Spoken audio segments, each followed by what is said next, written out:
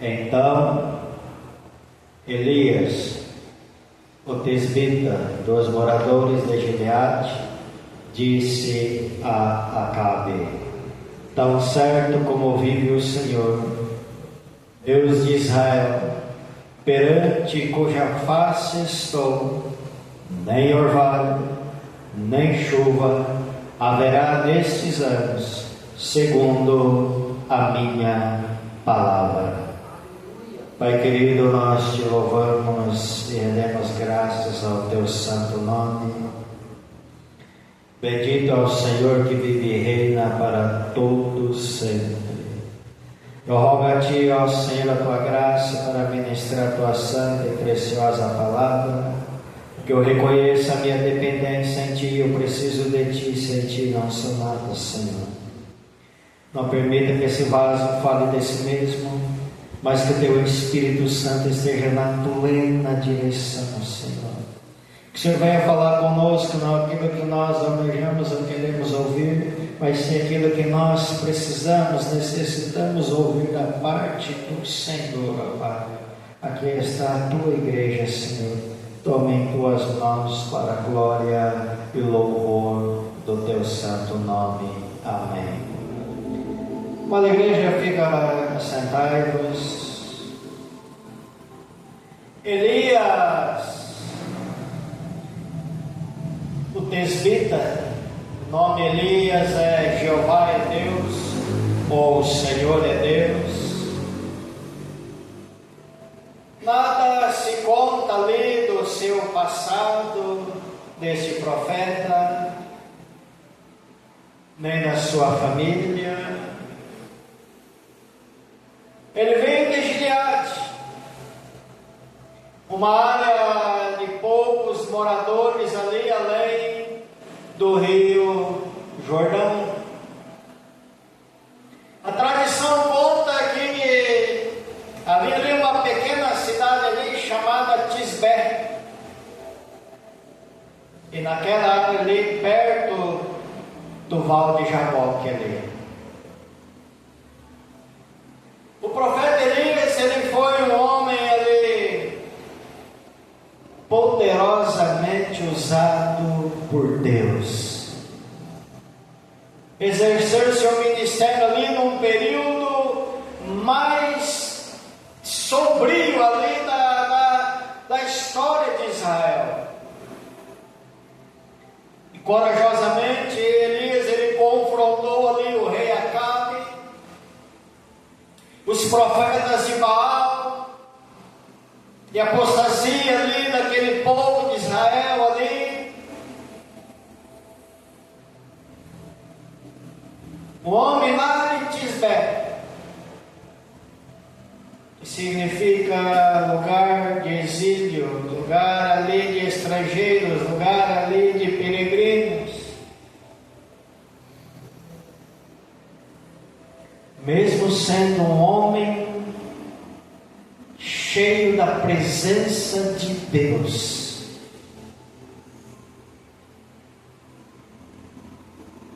passa por alguns estágios na sua vida. E nos dias de hoje não são diferentes. Quando você observa o texto ao qual foi lido aqui, você vai ver uma pessoa com uma ousadia tremenda, ao qual ele disse a um rei que nem orvalho nem chuva haveria naqueles anos, segundo a palavra dele. Um homem cheio de ousado, cheio da presença do Eterno. Mas até mesmo esse homem cheio do poder de Deus passou por alguns estágios na sua vida, poderemos dizer assim. E o primeiro dele, Elias, estágio ali, ou a fase da vida dele, foi no palácio, com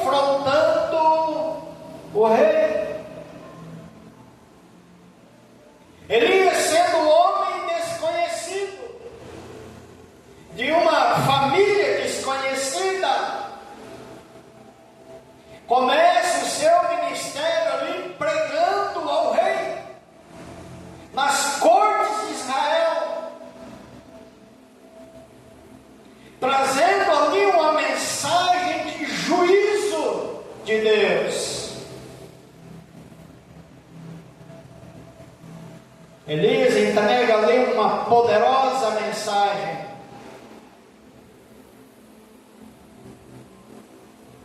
E o propósito dessa mensagem ali era desbancar a credibilidade de Baal. Porque o povo ali estava sendo levado. Baal, um deus cananeu, estava sendo ali adorado pelo rei e os seus súditos. Então veja que o ministério desse homem cheio de Deus, ousado, ele já começa no confronto.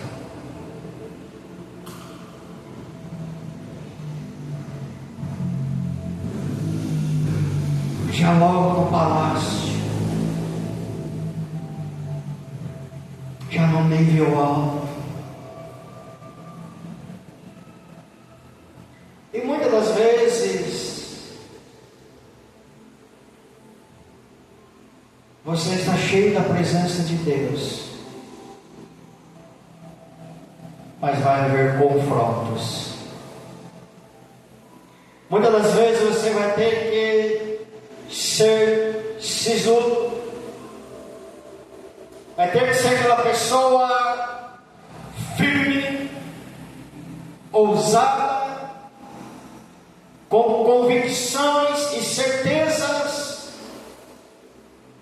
daquilo que tu és e daquilo que tu está fazendo, das palavras que está liberando. E uma outra fase que Elias passa. Elias, quando você olha o texto, vai discorrendo o texto, você vê o segundo ponto de Elias ali. Elias no deserto, sendo tratado por Deus. Cheio de Deus lá no palácio, agora no deserto, sendo tratado pelo Senhor. Depois que Elias anuncia o juízo de Deus sobre Israel, uma severa seca de 3 anos e meio, veio naquele lugar. E quando ele termina a tua mensagem lá no palácio, Deus o conduz para o deserto. Pode discorrer o texto. Deus envia ao deserto, onde Deus sustentaria ele ali milagrosamente.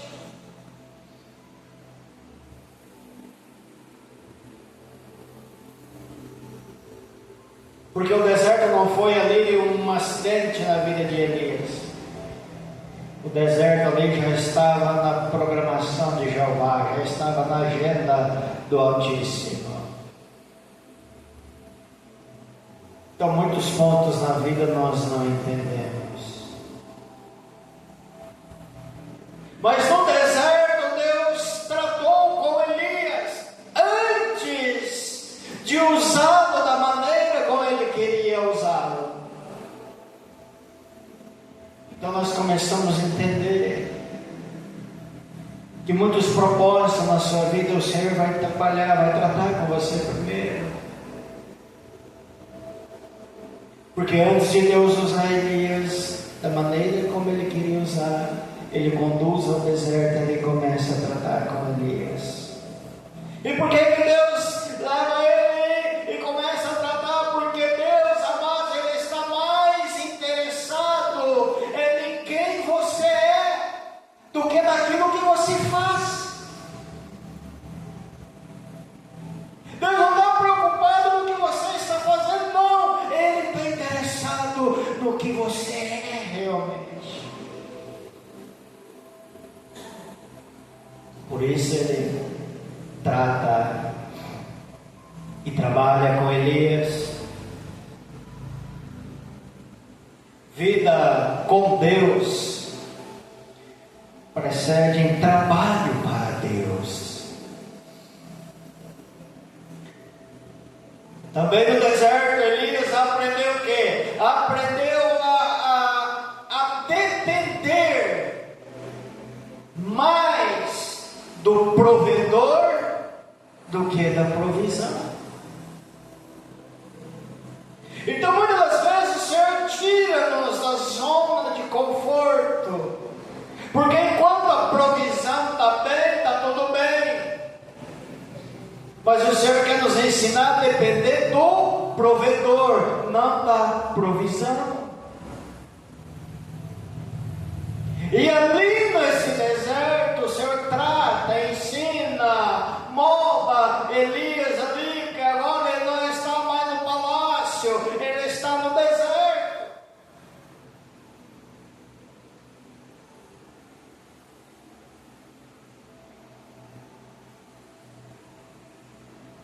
Então agora Elias ele vai para o segundo e terceiro estágio da vida dele.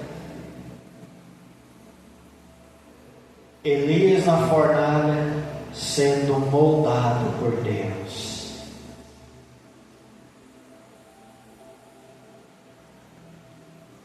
No deserto, Deus está tratando com ele.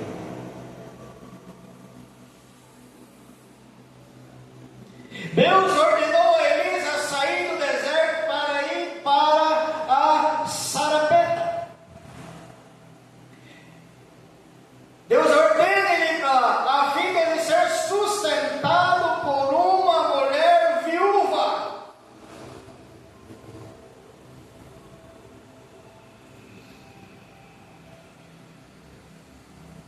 E essa mulher estava prestes a morrer de fome. Que coisa, né? Deus tira ele do deserto, agora você vai lá para Sarepta. E não uma viúva vai sustentar você. Essa viúva está prestes a morrer de fome.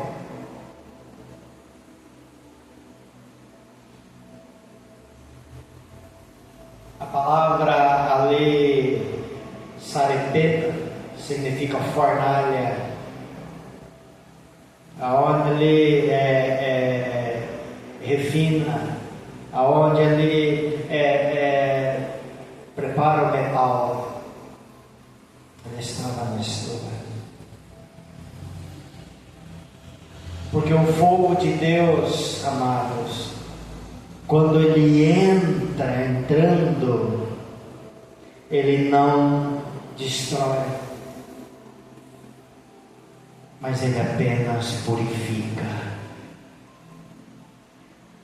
Quando o fogo do Espírito entra, ele não entra para destruir, ele vai purificar. Ele purifica. E observa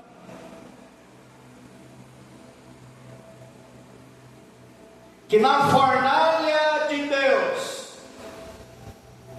somos forjados antes de sermos usados por Deus.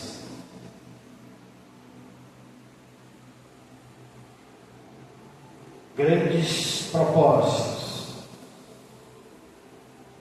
grandes tratamentos, grandes ministérios, grandes tratamentos. E são processos que são necessários passar. Muitas vezes não entendemos. Porque é lá na fornalha que você vai ser forjado realmente. Onde vai sair as impurezas. Aonde vai ter a tua autenticidade. A fornalha te mostra o valor real que você é.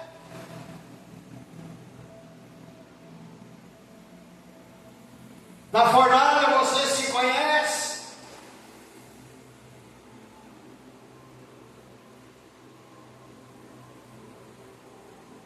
Ao sair de Quirete, no deserto, para atravessar ali a fronteira de Israel, rumo a Sarepta,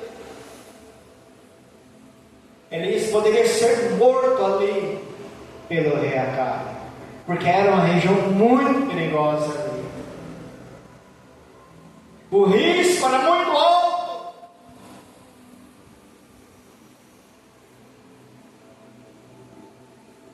Mas precisamos entender que o mesmo Deus que envia é o mesmo Deus que protege. Precisamos entender muitos detalhes nas nossas vidas.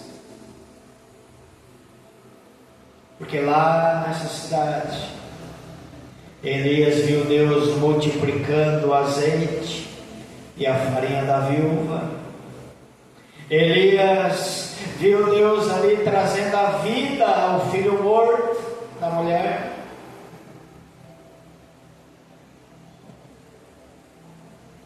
Porque Deus, amados, realiza tantos milagres, como Ele supre as necessidades, porque Ele é Senhor e está no controle de todas as coisas. Porque para Deus não há impossível. E muitas coisas acontecem na nossa vida que nós não entendemos nada. Ora está bem, ora está no estreito, ora está no extremo estreito.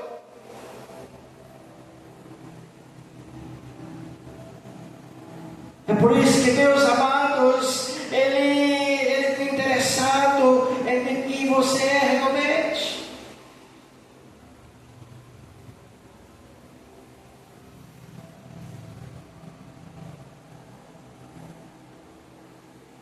Quando ele é enviado para Sarepta, aquela viúva que estava prestes a morrer de fome,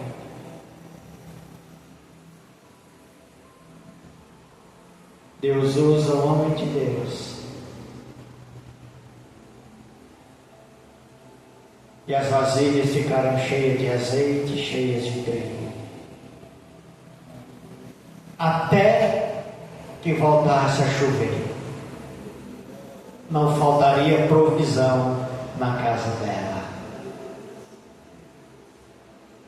É o cuidado de Deus, é o zelo de Deus. Então Elias, ele vai para o quarto estágio da sua vida, que é lá no capítulo 18. Elias no Monte Carmelo ali lutando contra os deuses falsos. Veja bem que Elias está progredindo. Por isso que muitas vezes a gente olha para aquelas pessoas ao qual você sabe que ela tem um ministério glorioso de Deus, e às vezes balança, está animado, está desanimado, está animado, está desanimado, e você está vendo Deus agindo, trabalhando, tratando, preparando, e quando você menos espera, aquela pessoa começa a entrar numa progressão diante do Senhor, porque precisa permitir-se ser trabalhado pelo Senhor. Depois que Elias triunfa sobre os profetas de Baal, tirando-os do caminho, ele sobe para o alto.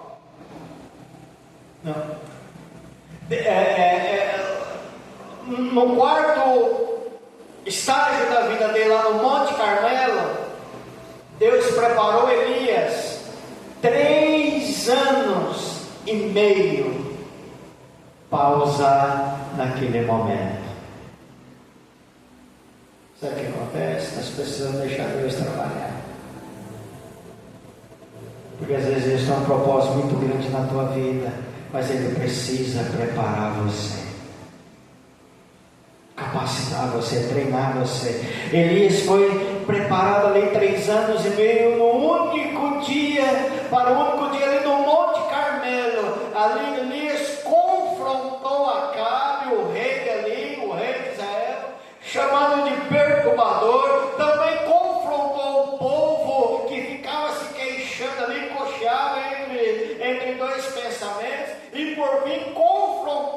profetas de Baal e chamando-os para um desafio.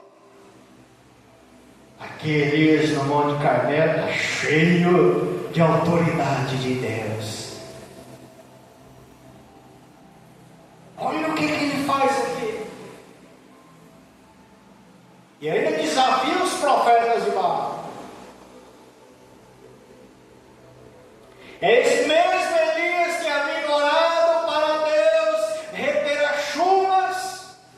Ora agora para Deus enviar fogo e provar que somente o Senhor é Deus.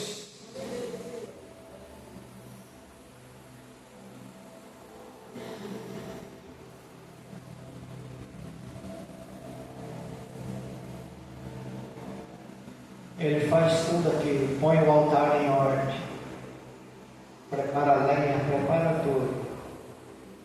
Quando ele ora, Deus responde com fogo. E todos ali viram que só o Senhor é Deus. E quem está no controle de todas as coisas. Quando você vai para o 5º estágio da vida de Elias,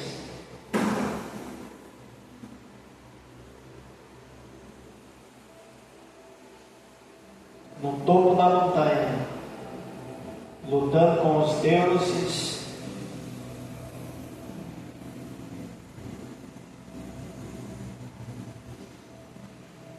Elias lá no capítulo 18 agora, ele passa por uma outra situação. Depois que Elias triunfa sobre os profetas de Baal, Elias agora se encontra na caverna.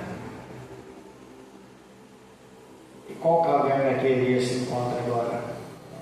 A caverna da depressão, sendo curado por Deus. O homem que lá no início entrega uma mensagem de juízo sobre o rei. Sai do palácio, vai ali para o deserto, sai do deserto, vai para a cidade, sai lá da cidade, vai para o monte. Cumpre o propósito que Deus queria com ele, destronar os deuses que estavam servindo ali.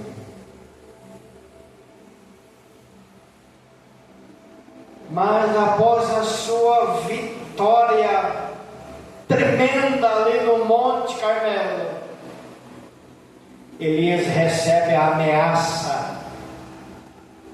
ameaça de morte da rainha Jezabel.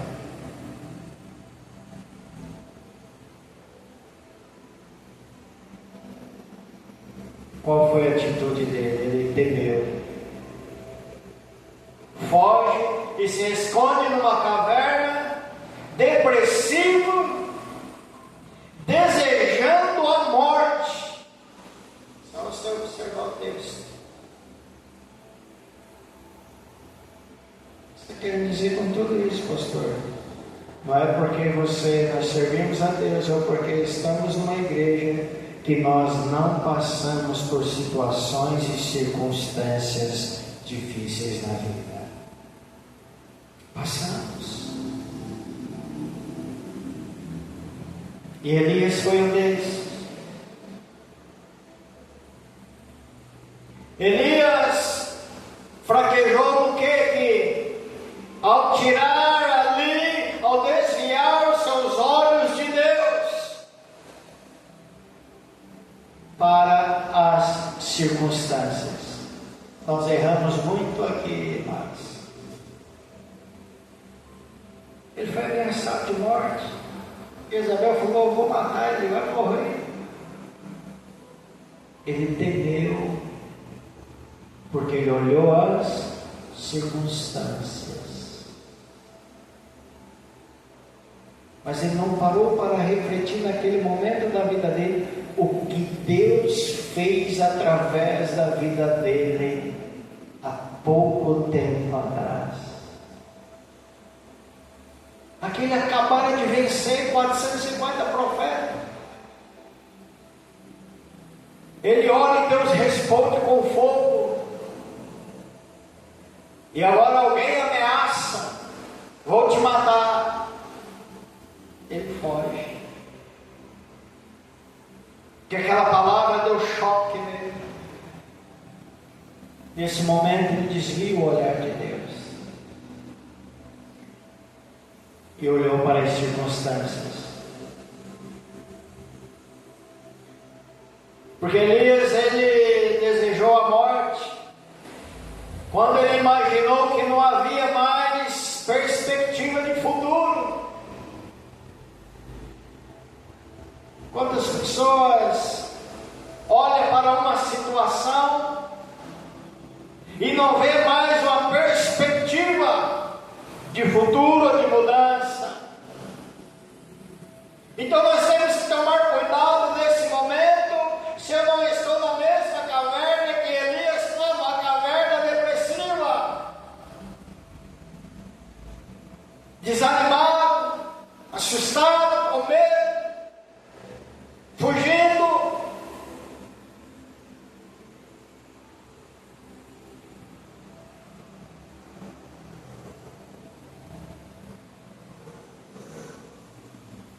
Deus, porém, amados,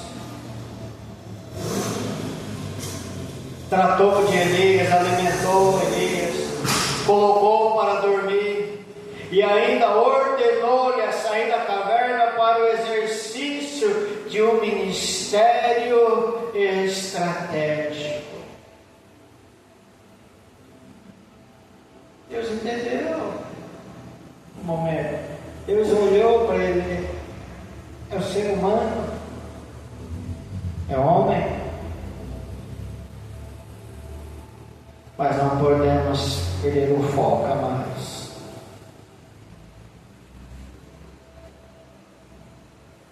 Quando você olha no 7º estágio da vida de Elias, você vai ver Elias lá no Jordão, a caminho do céu. Esse homem que desejava morrer pelas circunstâncias que estava passando, Deus tratou com ele. Outras palavras, Deus diz para Elias: tem mais profetas aí, não é você, eu guardei. Deus está mostrando, por mais difícil que seja, lembra-se, Deus está no controle de tudo. Depois que Elias cumpriu o propósito de Deus em sua vida, Elias ele foi trasladado e arrebatado ao céu. Ele em uma carruagem de fogo com cavalos de fogo e num redemoinho ele foi levado ao céu. Elias não provou a morte. Ele cumpriu o seu propósito. Ele cumpriu aquilo que Deus queria fazer da vida dele, através da vida dele. Deixa Deus trabalhar, seja qual for o desafio, levanta a cabeça e vai em frente. Não tema a nada, entenda, Deus está na sua vida. O inimigo vai ameaçar, o inimigo vai afrontar, o inimigo vai se levantar, o inimigo ele vai fazer de tudo para você entrar numa caverna da depressão. Mas o Senhor está dizendo: levanta a sua cabeça, entenda, eu estou na sua vida. Haja o que houver. Porque o que você tiver que passar, você vai passar. O que você tiver que enfrentar, é você que vai enfrentar. O deserto que você está é o seu deserto.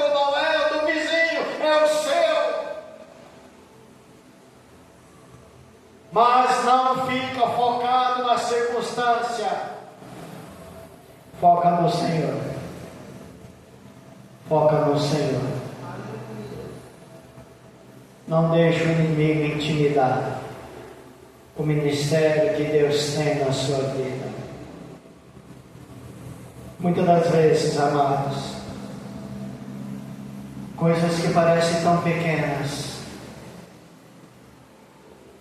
mas quando você olha de uma maneira diferente, quando você olha com a maneira onde Deus está agindo, como você ouviu o relato aqui no início do culto, se o vaso não leva a mensagem, aquela vida estava arruinada.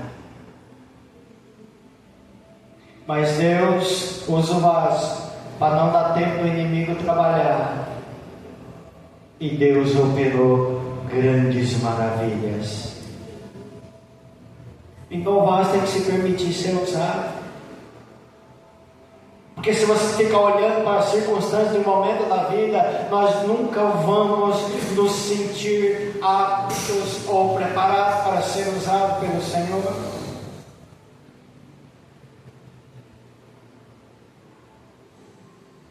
Quantas ocasiões, quantas pessoas Deus tem colocado na nossa frente e muitas vezes nós temos negligenciado. Porque nós estamos focados nas circunstâncias.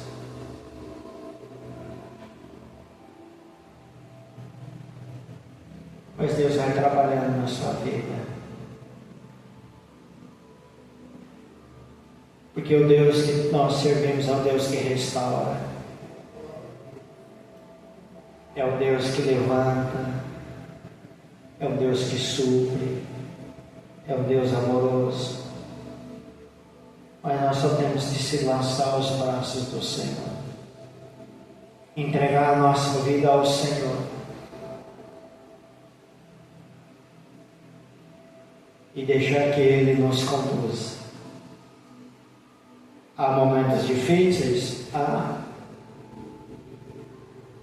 momentos que o desânimo vai bater a porta? Vai acontecer. Há momentos que você vai pensar em desistir? Sim, isso vai passar pela cabeça. Mas não desvie o seu olhar do Senhor. Continue firme. Pastor, o dia hoje o senhor não tem ideia. Ontem foi terrível, hoje foi mais terrível ainda. Circunstância. Mas você permanece em pé. E quem que te sustentou você permanecer em pé? O Deus Todo-Poderoso. Pastor, eu tive uma semana, não vou nem falar, circunstância, mas quem que te sustentou?